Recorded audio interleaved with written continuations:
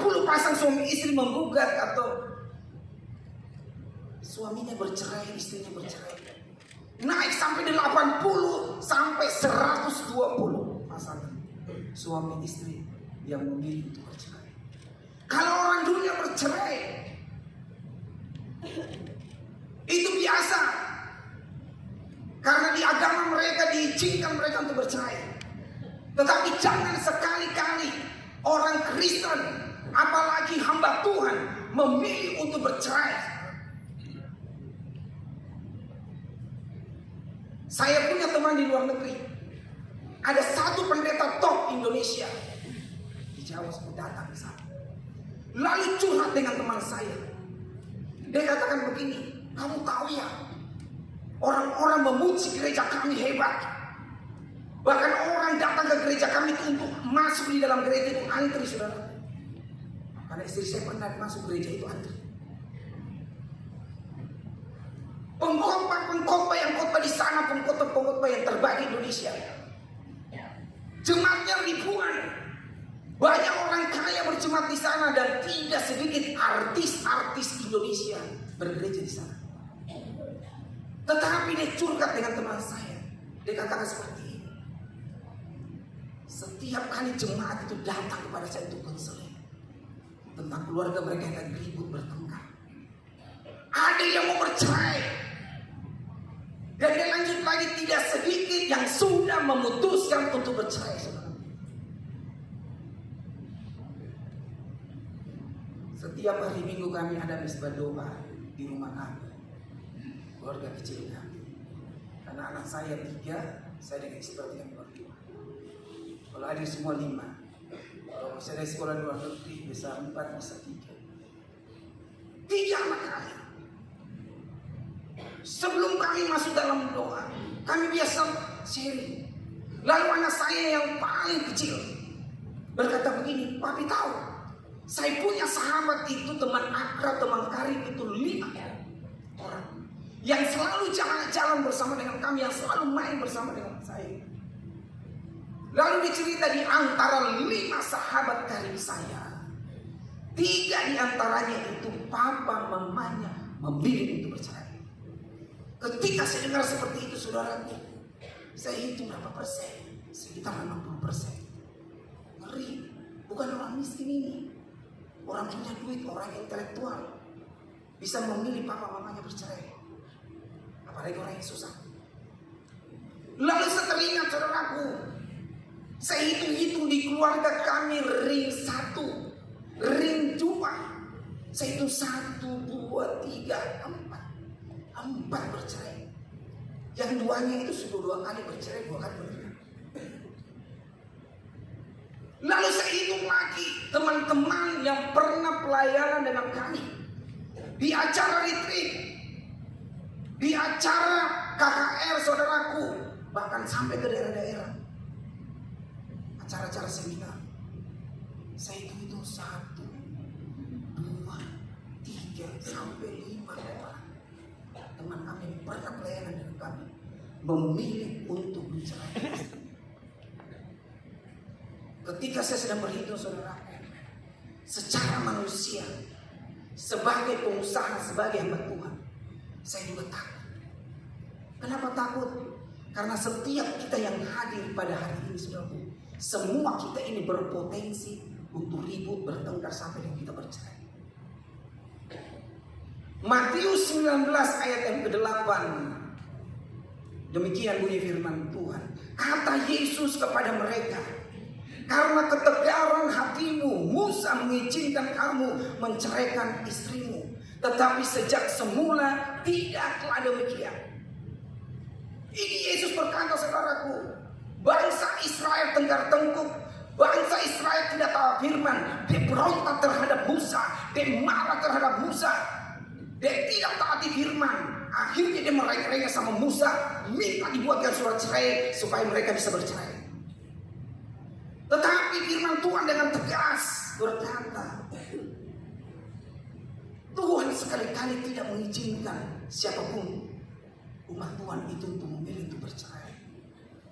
Bahkan Maliaki 2 ayat 16 bagian A berkata, Sebab aku membenci perceraian. Aku jadi huruf besar, saudaraku. Tuhan sangat amat membenci perceraian. Jadi tidak ada toleransi bagi umat Tuhan yang memilih untuk menceraikan istrinya atau menceraikan suaminya. Orang terkaya di Indonesia, salah satu orang terkaya di Indonesia, nomor 7, saudaraku, Bapak Datuk Sri Tahir, pengusaha dicinta Tuhan.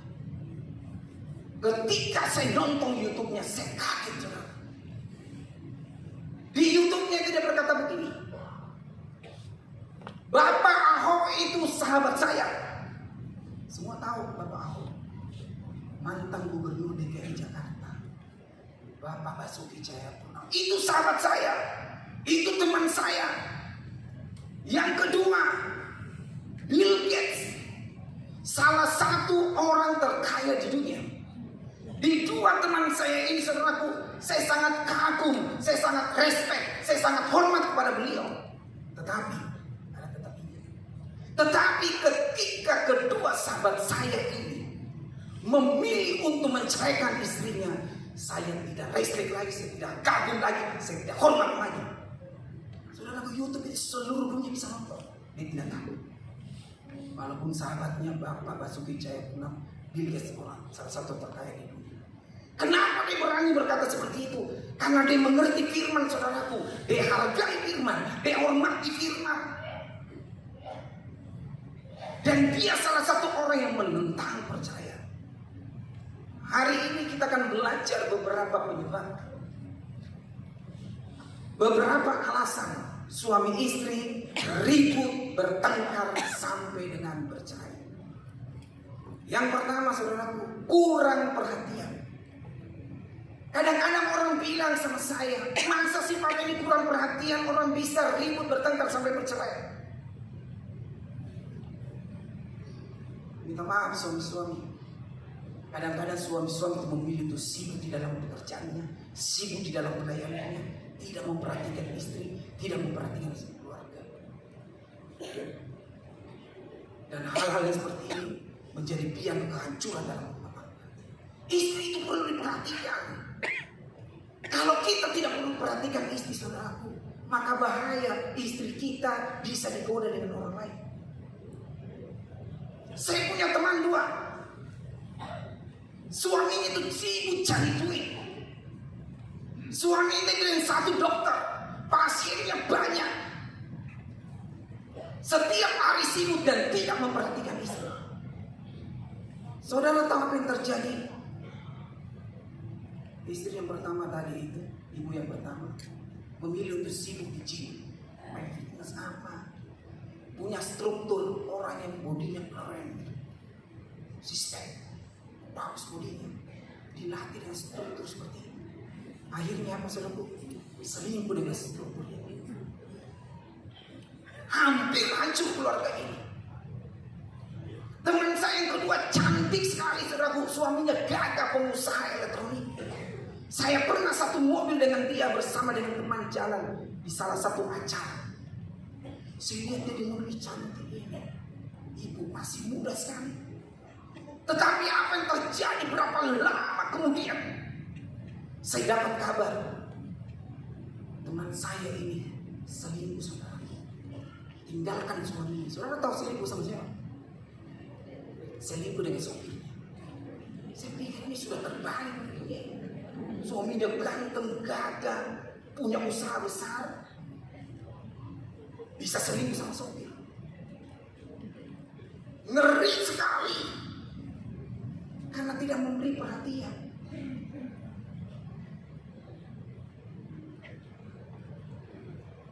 Saya dengar seperti itu, saudaraku.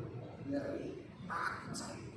Makanya tiap hari istri saya itu, saudaraku, saya puji-puji, saya sayang saya peluk istri saya cium istri saya. Bapak Pendeta selalu cium istri, sayang istri. Oh ya, sayang dong, sayang istri kita. Istri itu harus diperhatikan. Saya punya teman, saudaraku, sibuk dengan pelayanan.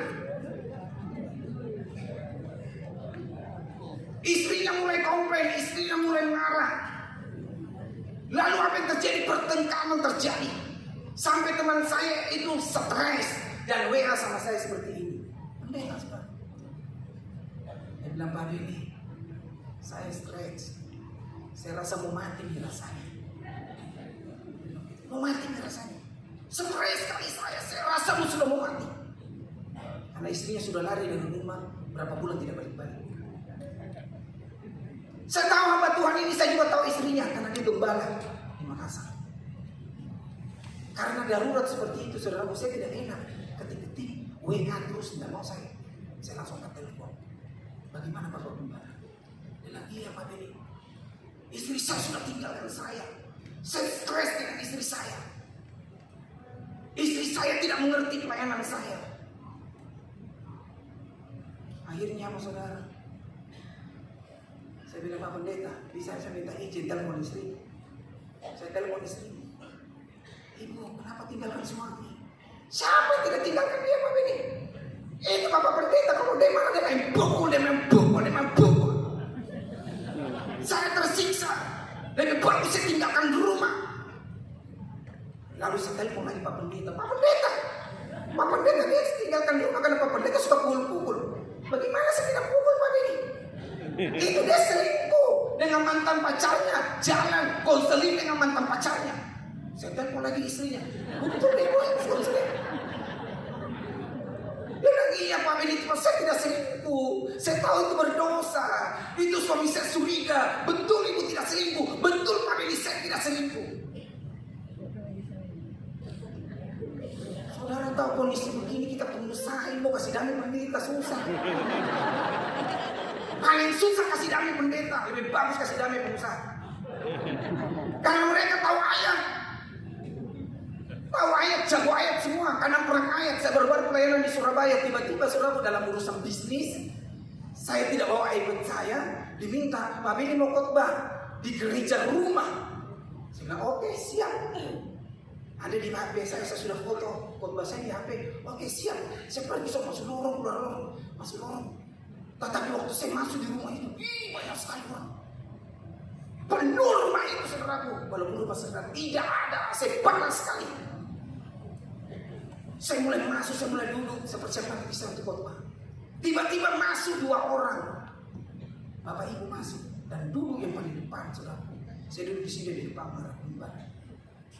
Saya lihat dia, saya bilang, pasti ini pendeta kah, penginjil kah? Karena dia seragam berdua. Pasti pasangan yang ideal sama kamunya saudara. Keren kelihatan. Saya sudah curiga pasti dia pendoa atau apa Tuhan. Saya khotbah tentang ini saudara, tentang keluarga. Setelah khotbah, tiba-tiba istrinya, suaminya minta bersaksi dua-dua. Salah satunya maju dulu bersaksi, lalu istrinya maju. Saudara tahu waktu istrinya bersaksi di mimbar, nangis istrinya. Saya kaget. Biasanya saudara kalau kita khotbah keluarga tidak begitu. Nangis istrinya bilang betul. Tadi yang dikhotbahkan kita ribut terus. Tidak ada yang mau mengalah, kita perang ayat di rumah, ribut terus, terasa neraka di rumah.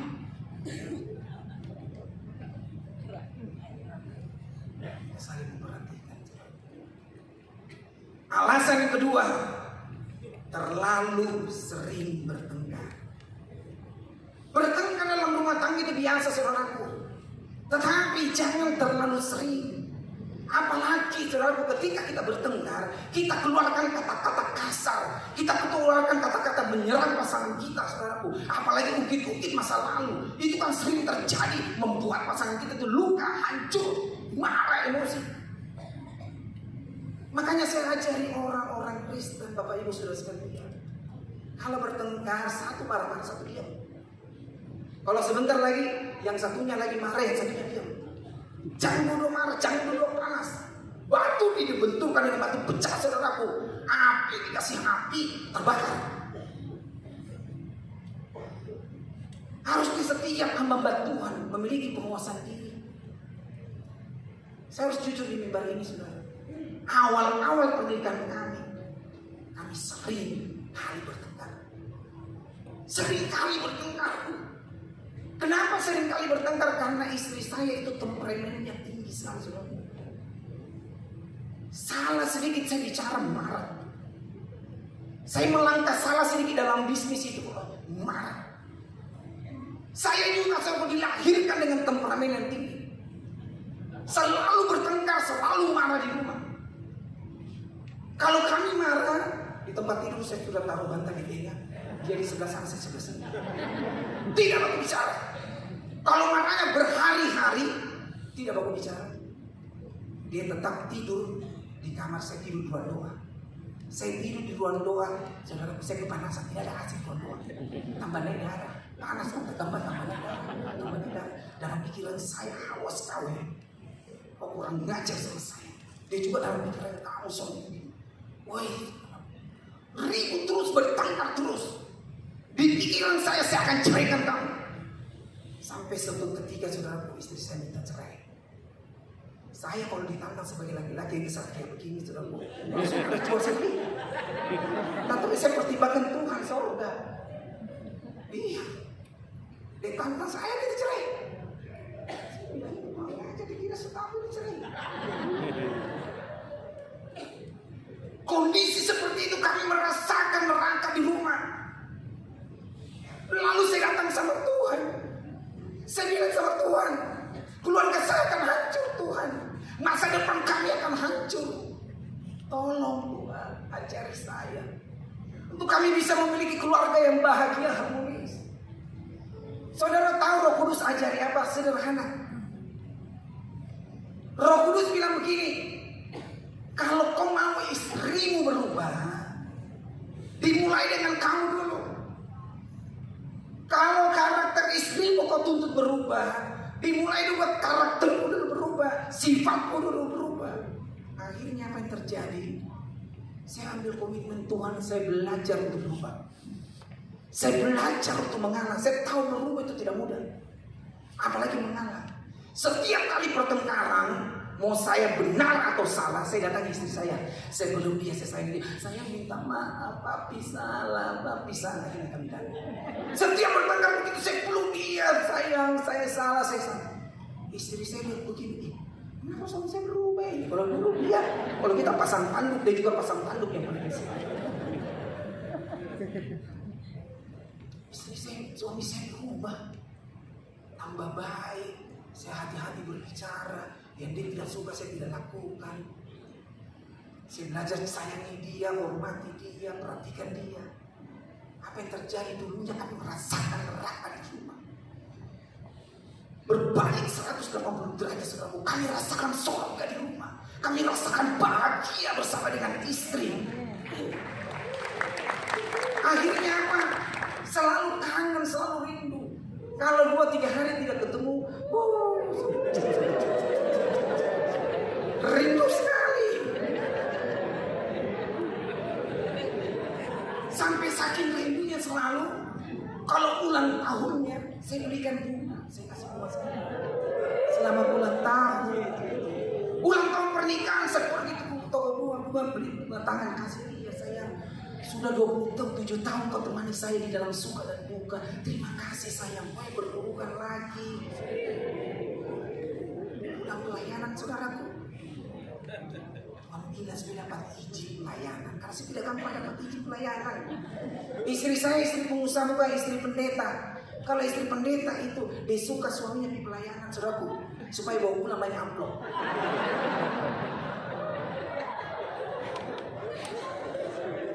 Bukan pendeta di sini, pendeta di sana luar.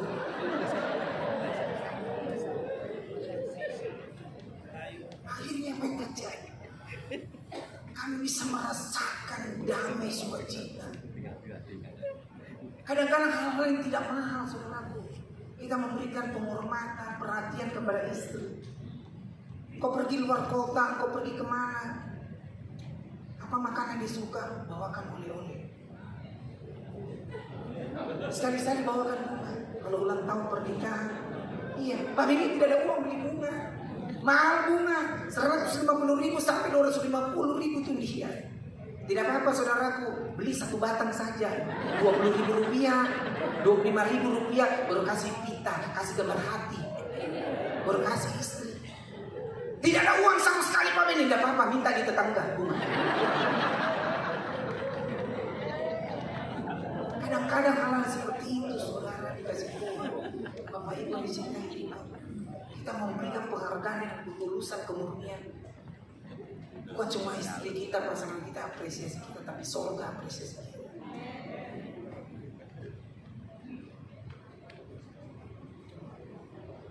Lanjut lagi saudara. Penyebab atau alasan yang berikutnya itu sibuk dalam pergaulan masing-masing.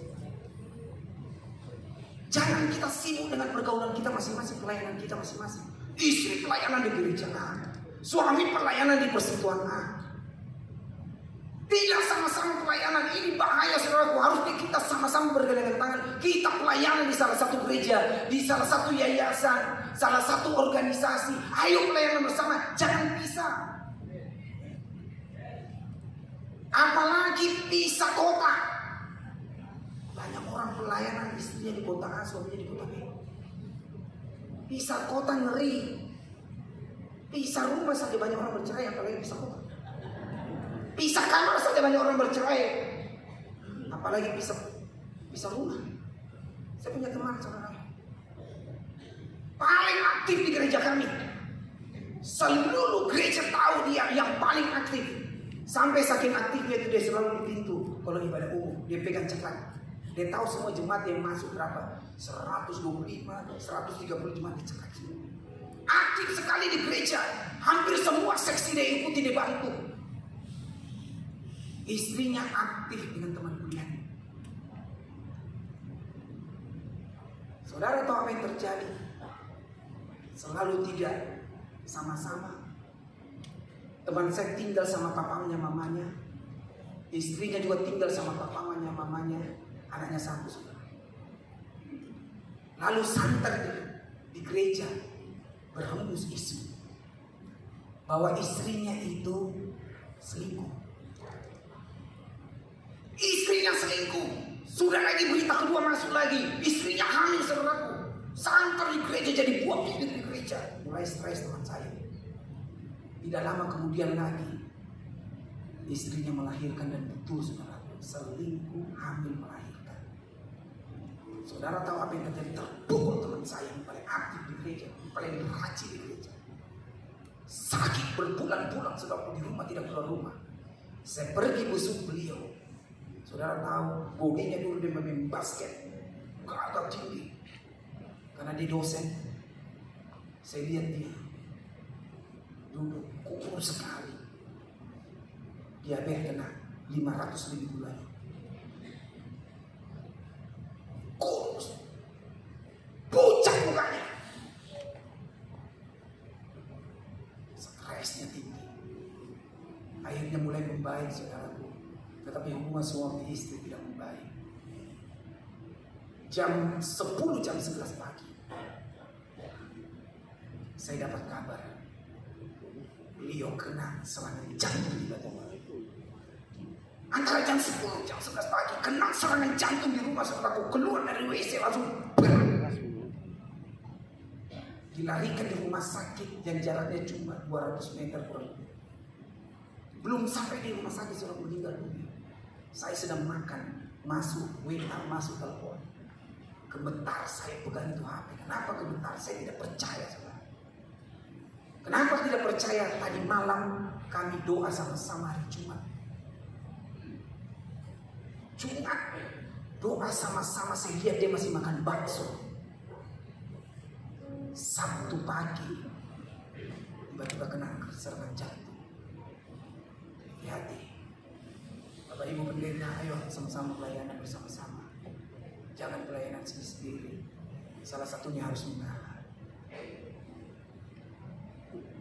Tidak saling menghargai, tidak saling menghormati. Ini juga menjadi masalah dalam keluarga. Alkitab berkata, suami itu harus mengasihi istri. Istri-istri itu harus tunduk kepada suami. Harus tunduk sama suami. Suami mengasihi istri. Kalau suami istri kita mau tunduk sama kita, kita harus mengasihi istri kita. Kalau istri mau dikasih, suami harus dia tunduk sama suami. Antara mengasihi dan tunduk, saudaraku, itu 11-12 seimbang. Seimbang dalam hidup kita. Ayo kita lakukan firman, ayo kita hidupi firman. Saudara tahu, suatu kali istri saya minta reuni. Seumur hidup saya tidak pernah reuni, saudara. Takut saya dengan reuni. Saya bilang bahaya kalau reuni, banyak perselingkuhan di reuni. Tidak mau saya biar dia jaga teman saya, mau. Istri saya bilang gini, papi saya, teman-teman minta, teman-teman kantor minta saya reuni. Saya bilang bisa reuni, yang penting tidak ikut bapak-bapaknya, suami-suaminya. Semua ibu-ibu tidak apa-apa. Bilang iya papi, tidak ada ikut suami. Semua istri-istri yang ikut. Akhirnya mereka reuni, saudara. Di akhir dari reuni, mereka sepakat semua buka-bukaan tentang suaminya. Kan perempuan begitu, ibu-ibu begitu, suka curhat-curhat. Karena istri saya tuan rumah, istri saya paling terakhir ditanya, bagaimana suamimu? Yang pertama ditanya bagaimana suamimu, yang kedua ditanya bagaimana suamimu. Oh, suami saya begini baik, suami saya buruk, suami saya pemarah, suami saya tukang selingkuh, suami saya kasar, suami saya suka. Lalu yang terakhir ditanya istri saya, bagaimana dengan Pak Beni suami kamu? Ketika istri saya ditanya oleh teman-temannya, dia menjawab begini, kalau angka 100 yang akan diberikan kepada suami-suami yang baik, bertanggung jawab, cinta Tuhan, hidupnya benar, sayang keluarga, semua yang jempol-jempol lebih baik. Istri dia katakan begini, angka 100 itu yang paling tinggi. Saya akan kasih angka 100 yang paling tinggi untuk suami saya. Tetapi begitu dia katakan tetapi, sudah mesti berdebat. Kita sudah mulai besar kepala. Angka 100 saya besar kepala kita. Dia bilang tetapi. Saya terdiam, apa ini tetapinya? Lalu dilanjut begini, tetapi tidak mungkin saya kasih angka yang tertinggi 100 bagi suami saya. Karena apa? Karena ada Tuhan Yesus yang harus saya kasih angka 100. Ketika disampaikan seperti itu, saudaraku, saya terharu. Saya peluk lagi dia. Terima kasih saya. Tidak sia-sia karakter saya berubah, sifat saya berubah. Makanya kalau orang bilang karakter itu tidak bisa dirubah, sifat itu tidak bisa berubah. Siapa bilang karakter tidak bisa berubah? Siapa bilang sifat tidak bisa berubah? Tuhan sanggup merubah karakter kita. Tuhan sanggup merubah semua. Yang penting kan kita mau. Kita mau. 1 Petrus 3 ayat 7. Hiduplah bijaksana dengan istrimu supaya doamu jangan terhalang. Semua kan tahu ayat ini. Kita harus hidup bijaksana dengan istri kita. Mengapa banyak pengusaha terhalang doanya? Mengapa banyak pengusaha mengalami kesulitan demi kesulitan, bahkan kebangkrutan di dalam pekerjaannya? Mengapa banyak hamba Tuhan melayani apapun juga, dimanapun juga, selalu gagal, selalu tidak diberkati, selalu tidak berkati? Karena ayat ini dilanggar, saudara. Kita harus hidup bijaksana dengan istri kita, supaya doa kita yang kita naikkan kepada ke surga tidak terhalang, tidak terbentur, naik sampai ke surga. Saya amini ayat ini selalu terjadi dalam hidup kami. Ketika kami mulai damai, sejahtera, saling pengertian. Saudara tahu, berkat itu dengan sendirinya datang. Berkat itu dengan sendirinya datang. Promosi datang dengan sendirinya. Wih, sampai anak saya dengan mertua saya berkata seperti ini. Kamu sangat amat diberkati di kota ini. Toko-tokonya orang sepi, serbanyak orang sepi. Itu punya pokok tuh serba apa, diberkati Tuhan sampai datang bawa uang ke kantor itu, saudara, sampai geleng-geleng kepala mertua saya, dan itu selalu diulang-ulang. Terjadi mujizat. Makanya pulang dari tempat ini saudaraku, yang masih sering bertengkar, berribut, berdamai cepat. Supaya persembahan perpuluhan itu naik. Supaya nanti datang pengusaha. Bapak Ibu pendeta, saya diutus Tuhan datang di gereja ini untuk beribadah. Bapak dari mana? Dari kota seberang di situ. Tuhan suruh saya datang di sini. Dan saudara tahu kalau Tuhan suruh datang dan gereja saudara diberkati, itu pengusaha yang datang mungkin punya pabrik, punya hotel, punya tempat wisata dan jadi berkat bagi gereja. Saya bilang tidak bisa. Suatu kali saudaraku, kakak saya datang di rumah saya sedang duduk. Dia datang dan cerita. Dia bilang tolong bantu gereja saya. Sewa di salah satu hotel, tidak bisa bayar sewa karena mahal. Disuruh keluar, jemaatnya banyak yang miskin. Lalu dia bilang bantu. Pada waktu dia katakan bantu, dalam hati saya tidak tertarik bantu. Saya cuma bilang begini, hanya pendetamu, karena saya tahu pendetanya. Tanya pendetamu, layani Tuhan dengan sungguh-sungguh, layani Tuhan dengan kemurnian. Perhatikan jemaat-jemaat yang miskin, perhatikan jemaat yang susah. Perlakukan dengan baik, doakan dia jadi teladan. Lakukan tugasmu sebagai gembala yang baik. Nanti pasti ada pengusaha datang di gerejamu untuk memberkati gereja. Sudah itu dia pulang saudara. Saya tidak ada janji-janji yang berkat. Waktu dia pulang saya teringat kata-kata saya tadi. Kenapa saya bilang begini? Kenapa seakan-akan saya bernubuat? Seakan-akan saya bernubuat. Saya pikir nanti kalau tidak terjadi, dibina adik saya yang pendeta sesat. Berapa bulan kemudian datang di rumah saya sedang merenung. Saudaraku, lihat air terjun, kolam renang. Saya paling suka gunakan waktu merenung. Artinya merenung dekat dengan Tuhan, intim dengan Tuhan, bergaul dengan Tuhan, koreksi diri. Tuhan apa yang salah dalam hidup, apa yang harus diperbaiki dalam hidup. Saya selalu gunakan kesempatan seperti itu. Dia teriak-teriak datang, ben. Sekali saudaraku, lalu dia cerita, apa yang kau bilang itu terjadi di gereja saya. Ada satu pengusaha datang. Pengusaha itu orang Makassar, pergi di satu kota, dia berbisnis di satu kota, dan dia mau pensiun. Mau pensiun pengusaha ini. Lalu dia tanya Tuhan, saya mau kembali ke kota asal, saya mau pensiun Tuhan, tolong tunjukkan gereja mana saya harus beribadah. Lalu Tuhan tunjukkan gereja kakak saya, kamu pergi harus beribadah di sana. Datangi pendeta itu. Saudara tahu, didatang di gereja kakak saya, ketemu sama pendeta. Pak pendeta, saya disuruh Tuhan bergereja di tempat ini. Saya mau bergereja di tempat ini. Ya Pak pendeta, biar bagus seperti gereja. Saudara tahu, pengusaha ini pengusaha kakak saudara. Pengusaha kakak. Dia punya hotel 5. Dia punya peternakan 3. Saya bisa bayangkan dalam pikiran saya.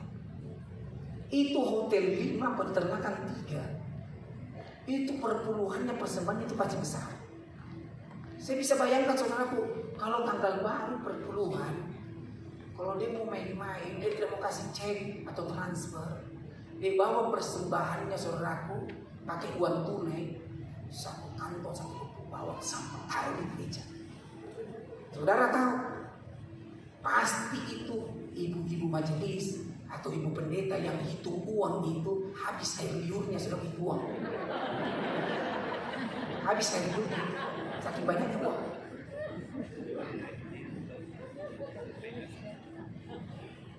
Makanya jangan sampai doa kita terhalang karena hidup kita. Lanjut lagi perbedaan hobi dengan perbedaan minat. Ini juga bisa menjadi pertengkaran dalam keluarga saudaraku. Suami saya tahu hobinya suka ngopi. Suami saya tahu hobinya suka nonton bola. Suami hobinya suka nonton tinju. Saya tahu istri hobinya suka nonton drakor. Saya tahu istri hobinya suka ke mall belanja. Saya tahu istri hobinya suka belanja di online, Shopee, Tokopedia. Kalau sudah lihat diskon gratis ongkir dapat poin, itu tangannya itu tidak mau berhenti. Penyakitnya ibu-ibu, termasuk ibu pendeta. Saya tahu penyakitnya. Makanya harus saling pengertian, saudaraku. Kalau suami mau nonton bola, kasih kesempatan dia nonton bola. Apa mau nonton bola? Oke. Saya bikinkan nanti minuman yang enak. Saya bikinkan nanti kue-kue yang enak. Begini saya akan servis papa. Saya akan servis papa. Nanti saudara dicintai, disayangi sama suami. Semua gaji, semua persembahan dikasih istri. Iya, kalau diservis suami ini bahagia. Suami itu sudah kalau bahagia hidupnya, tenang hidupnya, dompetnya gampang terbuka. Semua itu uang yang disembunyikan itu keluar semua. Betul. Kalau dia sudah percaya istri, dia sudah senang, dia sudah bahagia, keluar semua itu uang yang disembunyikan.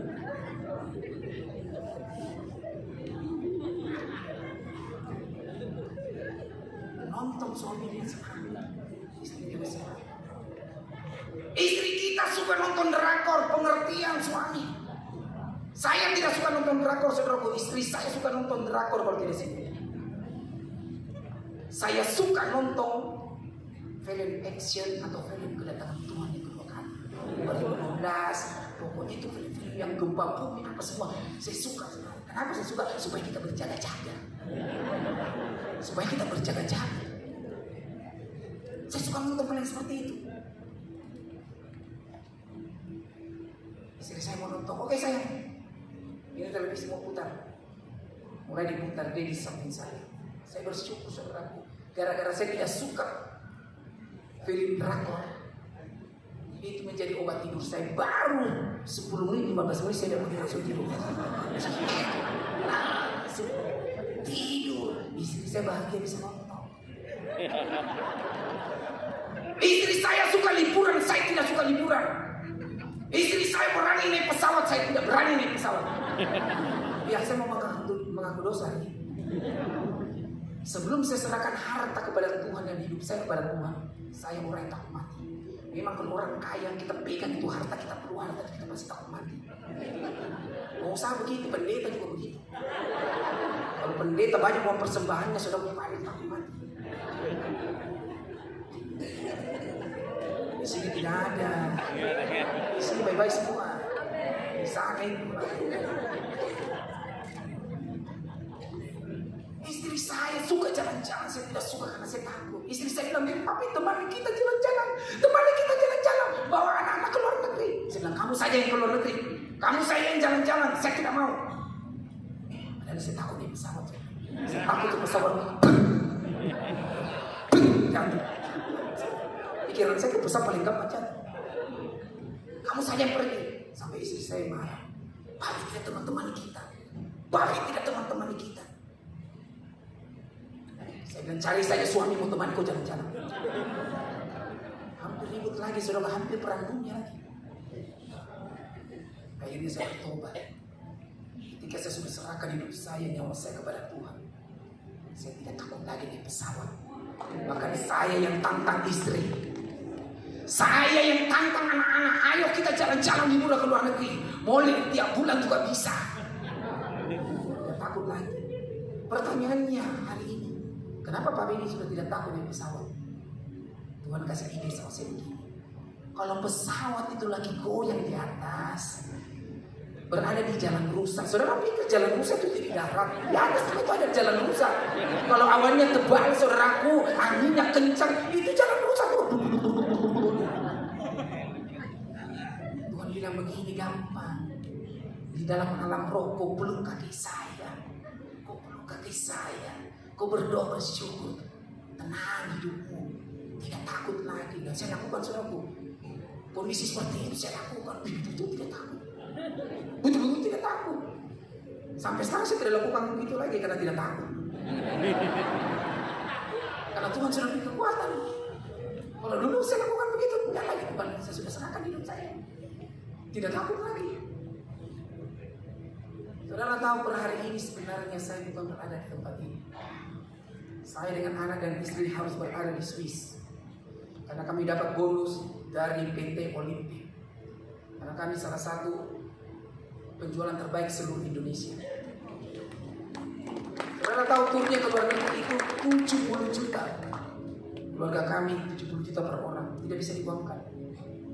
Berarti 70 juta kali 6 orang bonus itu 420. Saya memilih pergi ke sini berjumpa dengan Bapak Ibu. Dan mengasihi Bapak Ibu sudah rindu Bapak Ibu sudah sekalian dengan teman-teman kita semua bicara rindu Bapak Ibu dipulihkan Tuhan. Saya kasih keluarga semua kami tidak berangkat. Anak dan istri dengan mantu kami tidak berangkat. Bersyukur sama Tuhan, saudara. Tidak ada lagi ketakutan dalam hidup ini. Perbedaan umur ini juga saudara menjadi masalah di dalam keluarga. Di sini ada hamba Tuhan yang masih muda belum menikah. Jangan takut saudaraku tidak dapat jodoh. Jangan takut tidak dapat jodoh. Saya yakin dan percaya Tuhan pasti sediakan yang terbaik bagi kita. Saya punya teman datang kepada saya, minta pendapat. Kau Benny, saya ini sudah berumur 30 mendekati 40 tahun. Saya belum dapat jodoh. Ada satu pendeta suka sama saya punya gereja yang cukup bagus. Dia mau menikahi saya. Saya langsung tanya, oh pendeta, berapa umur itu Pak Pendeta? Dia bilang itu Pak Benny minta maaf umurnya 70 tahun lebih. Saya bilang 70 tahun lebih, dia 30 tahun, 40 tahun itu beda berapa? Beda 30 tahun lebih. Saya bilang kau mau jadi pembantu, kau mau jadi suster. Awal pernikahan mungkin bahagia, coba masuk 2 tahun, 3 tahun, 5 tahun sudah tidak bisa jalan, sudah rewel, sakit-sakitan, mau dipakaikan pampers, mau jadi pembantu, mau jadi suster. Saya bilang jangan, tunggu waktunya Tuhan. Yang belum dapat jodoh harus tenang. Karena itu tenang. Jangan takut saudaraku. Kami punya teman janda. Ada janda di sini? Dia tenang saudaraku. Sudah cerai dia tenang. Dia melayani Tuhan dengan ketulusan. Dia melayani Tuhan dengan kemurnian. Dia memberikan hidupnya yang terbaik sama Tuhan. Saudara tidak percaya? Datang orang dari Amerika. Gantung saudaraku guru. Datang di tempat kami. Karena ikut misi. Ketemu dengan teman kami. Baku lirik. Jatuh cinta menikah. Sekarang ada di sana. Makanya saya bilang orang Kristen harus tenang.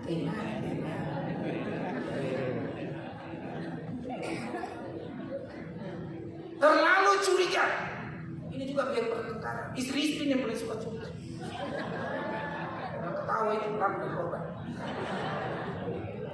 Jangan terlalu curiga dengan suami kita. Sedikit-sedikit curiga sama suami. Saya punya 2 teman saudara, istrinya kelewatan. Kenapa kelewatan? Baru sedikit suaminya jalan 2-3 jam. Sudah mau dicari sama suaminya. Suaminya bilang, sudah dicari sama istrinya. Istrinya bilang begini, kamu di mana? Kamu sama siapa? Curiga sama. Video call dulu. Kurang ajar tidak saudara. Kalian video call dulu. Kita jalan berapa orang? Suami-suami video call dulu. Kita video sakit tidak percaya. Lalu teman saya bilang, saya jalan sama Pak Benny. Oh sama Pak Benny, tidak apa-apa. Curiga terus. Bahkan ada istri-istri bukan cuma curiga, penjajah saudara. Kalau dia Belanda. Semua uangnya suami diambil semua. Belanda. Kami punya keluarga betul saudara, suaminya cari duit. rajin cari duit, bekerja, istrinya ibu rumah tangga, punya suster 2. Tetapi istrinya paling pencemburu. Setiap kali suaminya mau keluar rumah, dipanggil suaminya, sayang sini. Mana kau punya dompet? Bukan, banyak sekali uang kau bawa, jangan terlalu banyak. Ambil ini uang parkir, ambil ini uang bensin, ambil ini uang makan. Suaminya lihat dompetnya begini, bilang kurang aja. Saya diperlakukan, saya cari duit ini. Saya hidupi keluarga, dia ibu rumah tangga. Saya cari duit, dia diperlakukan saya begitu. Ibu-ibu itu kalau pegang duit, kalau sudah masuk susah keluar. Mudah-mudahan gereja tidak begitu. Gereja HTE begini, gereja HTE mengalir keluar, jadi berkat. Dia dikasih pikir juga begitu, sudah masuk bangunkan gereja berkat yang batuan. Begitu tambah mengalir. Jangan ibu-ibu seperti itu. Kalau masuk uang, saudaraku susah sekali keluar. Marah suaminya. Kali suaminya, makanya kalau saya tidak bawa uang keluar, saya tidak bisa selingkuh. Marah saudara, dan dia buktikan. Dia keluar rumah tanpa bawa uang banyak. Dia selingkuh sama SPG cantik saudaraku. Itu SPG mau, tidak punya uang. Ya, dia harus menghargai suami kita, istri kita. Hargai saudaraku. Jangan sembarangan dalam hidup kita.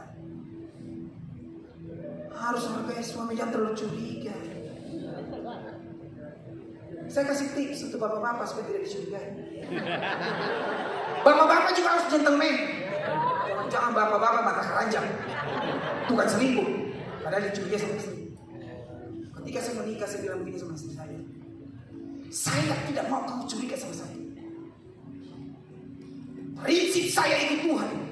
Kalau saya masih terima pelayanan, saya masih berdoa, saya masih ke gereja, saya masih melayani Tuhan, jangan sekali-kali kau curiga sama saya. Jangan sekali-kali curiga, walaupun banyak mungkin ada orang bilang Pak Benny selingkuh, jangan pernah percaya. Saya punya prinsip, kalau saya berdosa, saya tidak hidup benar, saya selingkuh, saya akan tinggalkan pelayanan, saya akan tinggalkan Tuhan, bahkan saya tinggalkan Tuhan. Prinsip seperti itu. Kenapa saya punya prinsip ini? Tidak masuk surga juga. Orang Kristen hidupnya tidak benar, tidak masuk surga. Dia kok gereja, kok pelayanan tidak masuk surga. Dan Tuhan paling benci orang munafik. Artinya apa? Kita terima pelayanan bahwa kita hidup di dalam dosa. Itu paling dibenci Tuhan. Tetapi orang berdosa di selain Tuhan, orang munafik dibenci Tuhan. Saya bilang begitu sama istri saya. Sampai hari ini istri saya tidak pernah telepon karena curiga. Bahkan kalau keluar saya telepon dia, saudara. Karena kangen. Iya. Curiga. Saya kompak di Manado, saya bilang, istri-istri kalau terlalu curiga sama suami lebih bagus belikan suami itu celana dalam gembok.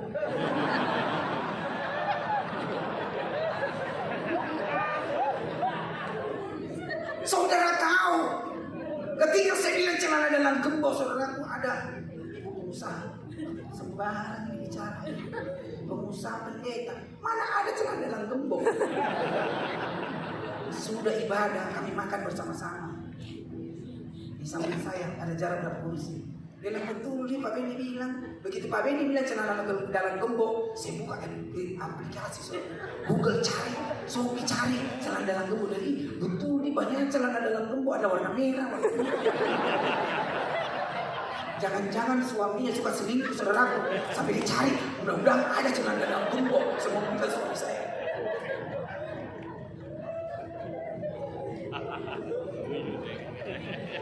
Tidak ada kejujuran, ini juga menjadi kehancuran dalam rumah tangga.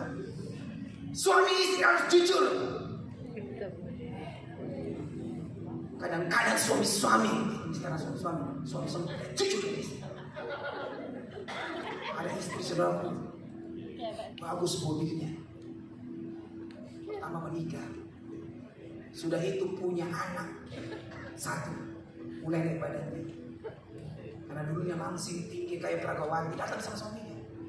Saya ini sudah mulai naik badan, saya sudah 80. Suaminya bilang tidak apa-apa, kau masih cantik, kau masih seksi. Suaminya bilang gitu. Istrinya dibilang begitu, makan lagi. Semangat dia makan. Naik lagi timbangannya saudaraku, 100. Datang lagi sama dia, sayang, saya sudah 100 ini timbangan saya. Semuanya lihat. Enak, boleh marah dan enak. Bilang saya terima kamu apa adanya. Biar kamu begini, saya terima kamu apa adanya. Istrinya dibilang begitu saudaraku, doyan makan. Sudah 100 bilang terima kamu apa adanya. Naik lagi 20 kilo, 120. Kayak sumpah, sudah kayak satu becak. Saudara tahu istrinya dengar, suamimu itu selingkuh.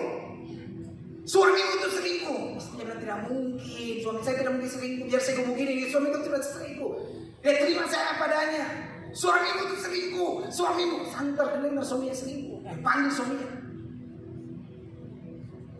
Sayang, katanya banyak orang kamu selingkuh ya. Suaminya dengan sangat terpaksa dan berterus terang, iya sayang, saya selingkuh. Kenapa kau selingkuh? Kau jangan terima siapa adanya. Siapa yang mau sama kamu? Kau coba dulu bercermin itu. Ini cara cermin. Bercermin dulu. Siapa yang suka sama kamu? Siapa yang selera sama kamu? Siapa yang bernafsu sama kamu? Gemuk ini siapa yang suka? Stres istrinya saudara. Makanya saya bilang bagi bapak-bapak pendeta, harus jujur. Kalau istri kita mulai naik badannya, naik timbangannya, kasih tahu istri. Banyak hamba Tuhan tidak jujur, sampai di mimbar tidak jujur. Saya sering dengar, saya di bawah kalau saya jadi mendengar firman. Di antara semua di ruangan ini, istri saya yang paling cantik. Pendeta satu juga bicara gitu. Di antara ruangan ini, istri saya paling keren. Saya lihat istrinya sudah keren apa, gendut, pendek-pendek, hanya jerawatnya. Minta maaf ibu pendeta, minta maaf saya. Saya bilang pendeta suka bohong kalau dia di mimbar. Saya mau berterus terang hari ini saudaraku. Istri saya cantik, tetapi masih banyak yang cantik dari istri saya. Istri saya tinggi, karena 170 lebih tinggi dari saya. Lebih banyak lebih tinggi dari istri saya. Istri saya seksi, masih banyak lebih seksi dari istri saya. Yang bagus kan jujur, tetapi saya sayang istri saya daripada semua orang yang lebih cantik. Saya sayang istri saya dari semua orang lebih seksi. Tapi saya cinta dia. Bagus kan seperti itu. Makanya ibu-ibu kalau cerminnya masih kecil, kabur-kabur di rumah, pilih cepat beli di supermarket, beli di toko, beli cermin yang besar. Kalau bisa pasang di pintu masuk kamar, sebelum masuk kamar ada, di sana ada, di sini ada, jadi ketemu lihat lagi, ketemu lihat lagi. Karena cermin itu yang paling jujur, bukan suamimu yang paling jujur. Cermin itu paling jujur, bukan Pak Pendeta yang paling jujur. Jangan percaya. Lihat Pak Pendeta jago khotbah, tidak usah percaya.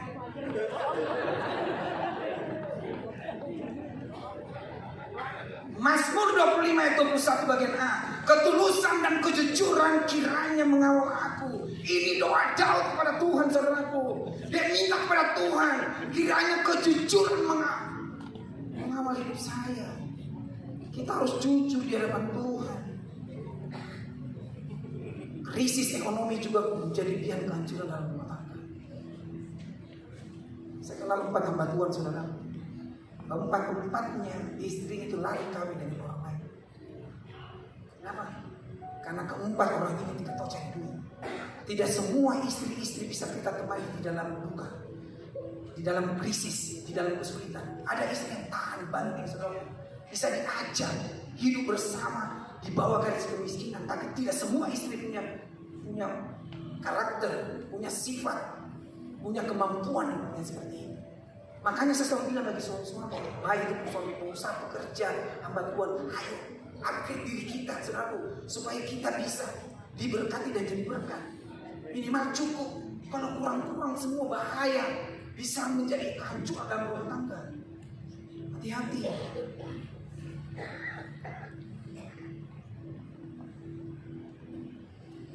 Ini sudah masuk saudaraku lebih dalam lagi khotbahnya yang ke-25. Di atas 25. Tadi di bawah 25, sekarang khotbahnya lebih sensitif.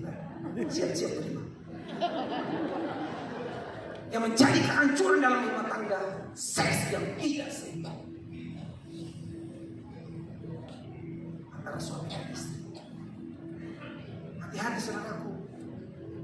Kalau suami mau melakukan hubungan suami istri dan istri tidak siap, suami bisa stres. Artinya apa? Kalau suami mau siram bunga, saya silakan kalau suami mau siram bunga. Kalau adik kecilnya mau siram bunga, adik kecil tahu itu yang ditranslating itu. Kalau adik kecil mau siram bunga, istri-istri harus pengertian saudaraku. Karena suami-suami itu kalau lagi mau, kalau tidak dikasih, hilang pewahyuannya, hilang pengurapannya, stres dia. Betul, betul, betul. Harus ada pengertian. Sebaliknya juga seperti itu. Suami-suami juga harus mengerti sama istri. Kalau bunganya sudah layu mau disiram, ayo siram cepat. Teman saya pengusaha saudaraku, dia lapor sama saya seperti ini. Pak Benny, istri saya marah-marah. Istri saya marah-marah. Kenapa marah-marah istrimu? Iya, adik kecil saya tidak bisa bangun, tidur terus. Tidur terus adik kecil saya. Pagi tidur, siang tidur, sore tidur, malam tidur, tidak bisa bangun. Saya bilang pasti tidak bisa bangun karena dulu waktu kau masih muda, kau suka bercinta sama SPG, kau suka selingkuh, masih muda. Kau pakai masa mudamu itu lakukan dosa-dosa, sehingga apa yang terjadi itu adik kecilmu itu sudah tidak sehat, sudah loyo, apalagi kau asam urat, ya asam urat.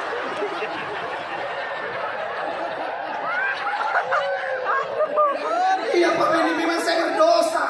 Saking banyaknya dosa saya pernah main 3 lawan 1. Dia pernah main 3 lawan 1, saudaraku. Adik kakak 3, adik kakak itu the killer satu malam. Cepat bertobat, engkau tidak ada KBS. Teman saya pendeta curhat juga sama saya. Dia bilang, Pak Benny, ibu pendeta marah-marah di rumah. Itu adik kecil juga tidak bisa berdiri. Kerjanya tidur terus, tidak bisa bangun. Bagaimana caranya? Minta obat Pak Benny. Memangnya saya ini apotik? Memangnya ini saya menjual obat? Saya begitu-begitu telepon begitu, saudaraku. Saya pikir bagaimana? Saya lapor istri saya.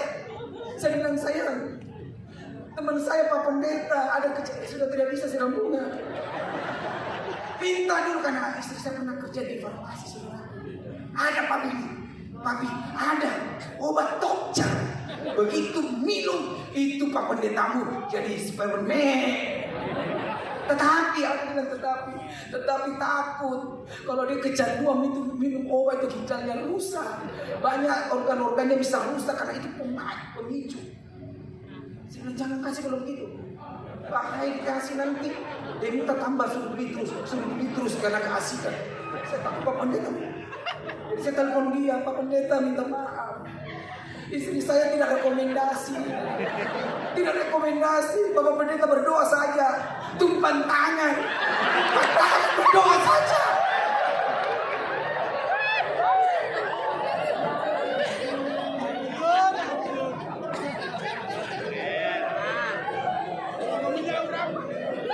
Kemarin di ibadah umum saudaraku yang kedua, saya tidak cerita ini. Takut jemaat nanti tak kecil-kecil pendeta.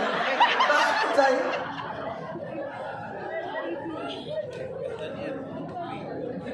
Hai bapak-bapak, bapak pendeta, jaga stamina kita, jaga kebugaran kita. Ayo olahraga, jalan pagi, jangan lemes, jaga kesehatan supaya adik kecil kita sehat.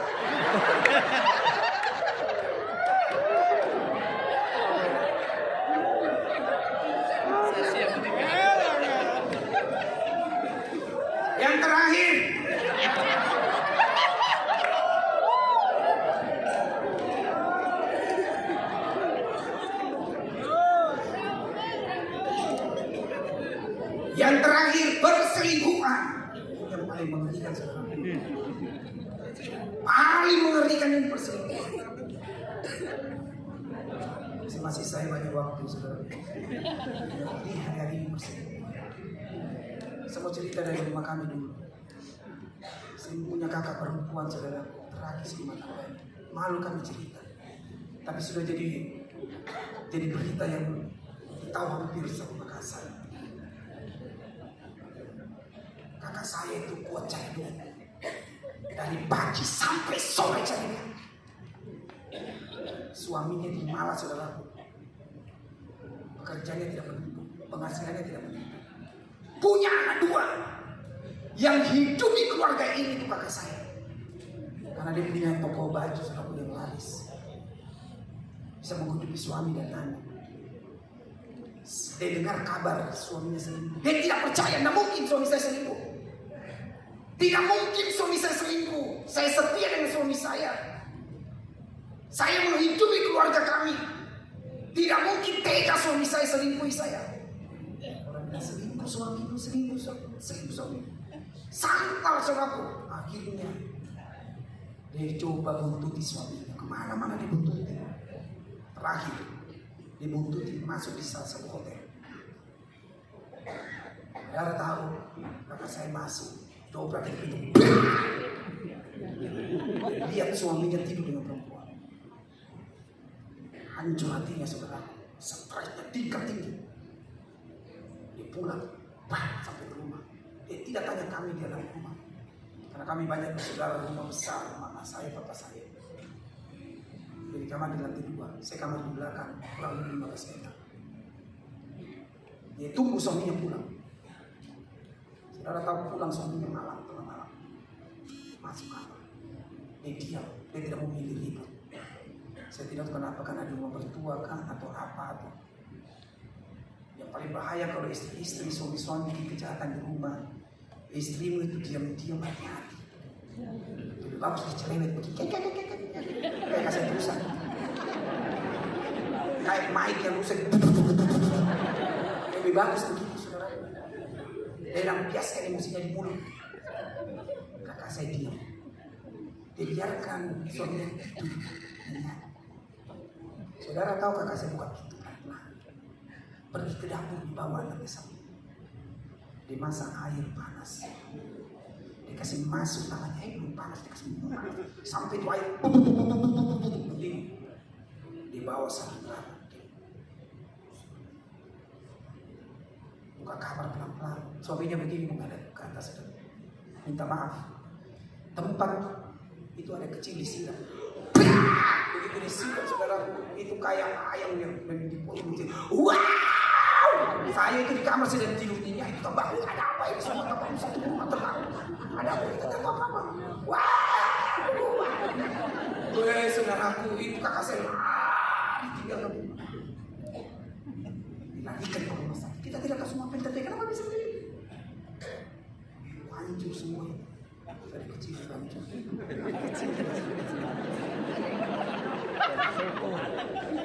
Akhirnya apa yang terjadi saudara? Lari tinggalkan rumah. Berapa hari kemudian lari ke Papua kakak saya. Lari ke Papua kakak saya. Hancur hidupnya, hancur masa depannya, hancur keluarganya. Saudara tahu semua bisnis yang tadinya berjalan dengan baik bangkrut dan tutup. 2 anak, saudara, satu masuk narkoba, hampir mati di rumah sakit.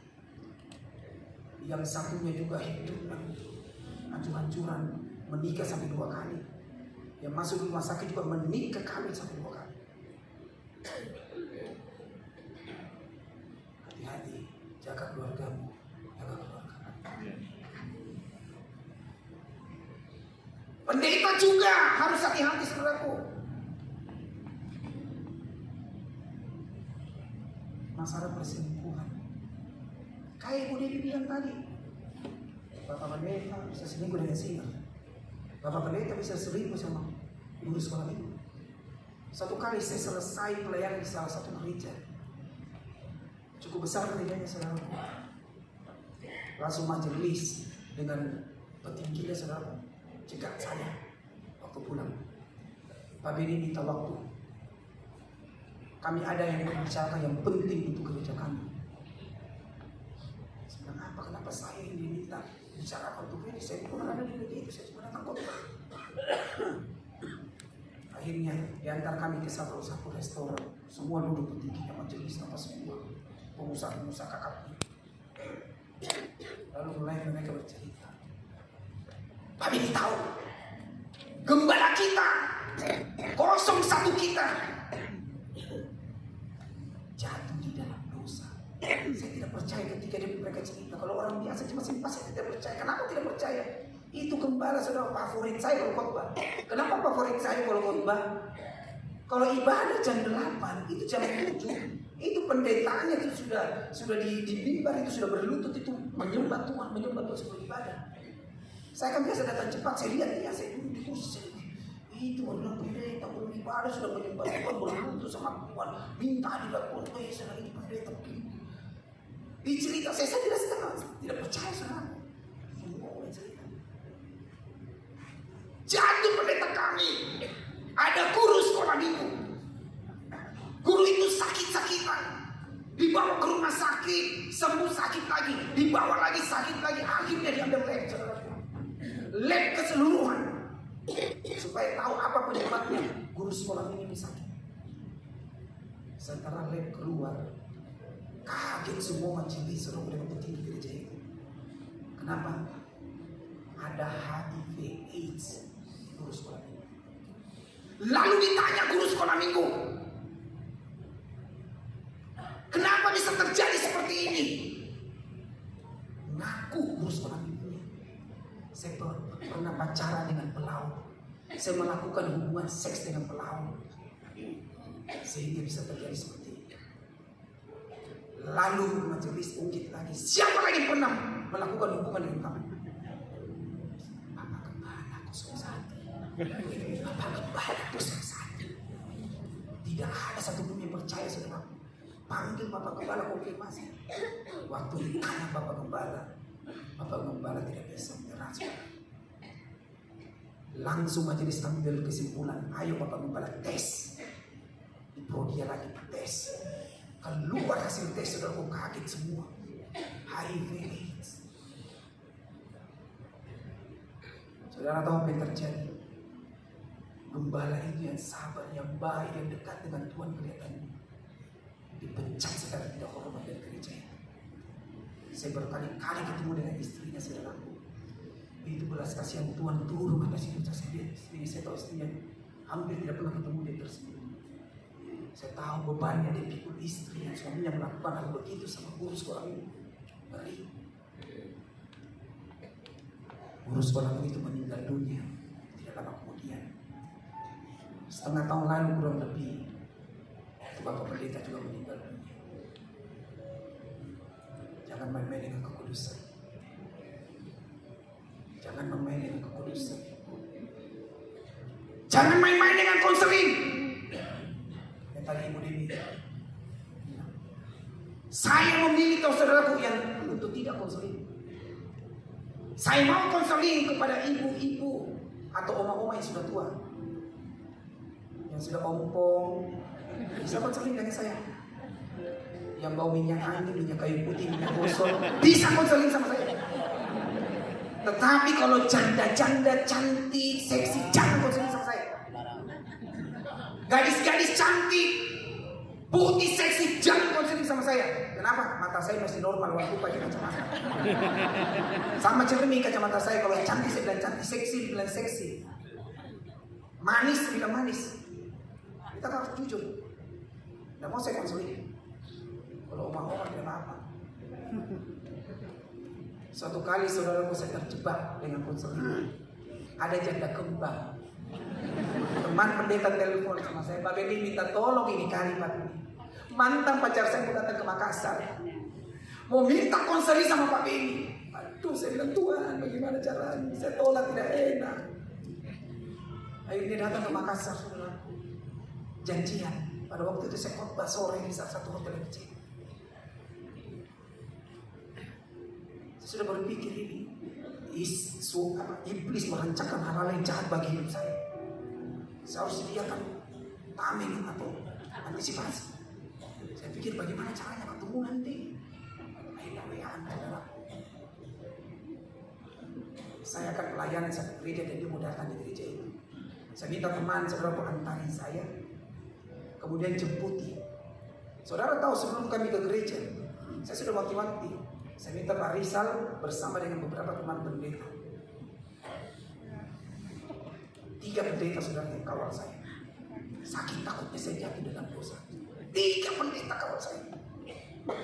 Tiga-tiganya jemput, saya puji-pujian saudara. Tiba-tiba puji-pujian, saya ada rasa-rasa orang masuk di gereja itu. Di belakang saya coba bawa harum-harum, pasti perempuan ini janda kembang ini datang. Begitu saya balik saudaraku, saya demokan, cantik 11-12 dengan istri saya. Cantik putih 11-12 dengan istri saya. Ini kalau sebentar minta doa, ini minta doa di tempat tertutup, jangan orang lain lihat. Kalau sudah minta doa begitu, tiba-tiba nangis-nangis dan perut saya, bahaya. Postek ada kecil saya. Takut saya. Gimana caranya Tuhan? Supaya sebentar tidak minta doa. Kita susah jadi hamba Tuhan kalau orang minta doa. Tuhan begini gampang. Roh Kudus bilang gampang. Sebentar kok khotbah bagus-bagus. Kok khotbah dengan urapan, kok khotbah sungguh-sungguh. Saya akan urapi kamu dan kau sebentar altar call. Sebentar kalau altar call itu nanti banyak yang maju, termasuk dia pasti juga maju. Betul saudara, saya khotbah, saya altar call. Wih, pendeta maju, jemaat maju, dia ayo maju. Saya puji Tuhan, haleluya 12 kali. Saya doa, semua. Aman saudara. Kami makan bersama 3 hamba Tuhan dengan dia di depan saya. Saudaraku, dia di depan saya saja masih cerita-cerita yang pribadi-pribadi. Bayangkan kalau tidak ada yang 3 di pendeta, ini berdua, itu respect turun sendiri. Ini respect tidak tahu diri saudaraku.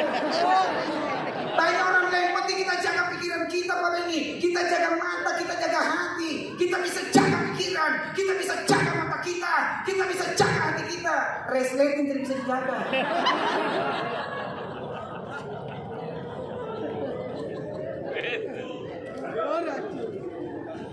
Kita sudah tua Pak Beni, tidak mungkin selingkuh. Saya opa-opa tidak mungkin selingkuh. Siapa bilang opa-opa tidak bisa selingkuh? Waktu saya di Israel, ada satu pendeta cerita teman kepada saya, Pak Beni, saya lagi konseling oma-oma. Kepahitan tidak mau ke gereja. Kenapa tidak mau ke gereja? Karena suaminya selingkuh. Lalu dicerita, ulang tahun pernikahan yang ke-50. Orang kalau ulang tahun pernikahan yang ke-50, berarti umurnya bisa 70 tahun lebih. Betul? 70 tahun lebih, bisa 80 tahun. Karena dia orang kaya oma-opa ini, pesta di salah satu hotel terkenal saudaraku. Undang semua kerabat, undang semua keluarga, undang semua teman-teman lama. Wah, semua orang yang hadir di acara itu memberikan apresiasi hebat. Setia oma dan opa, setia oma dan opa. Perkawinan ke-50, perkawinan emas.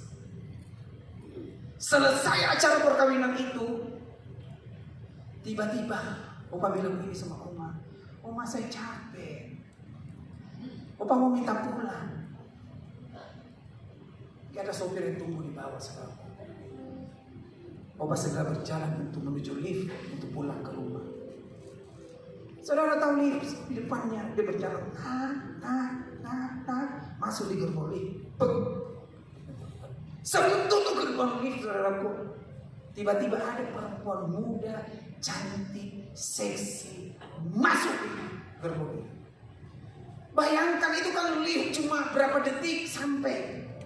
Berapa lantai pun itu sampai berapa detik atau berapa menit.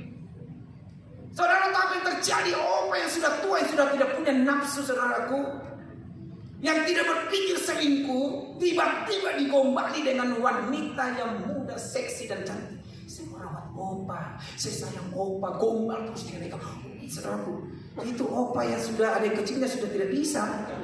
Itu tiba-tiba kembali lagi nafsu mudanya.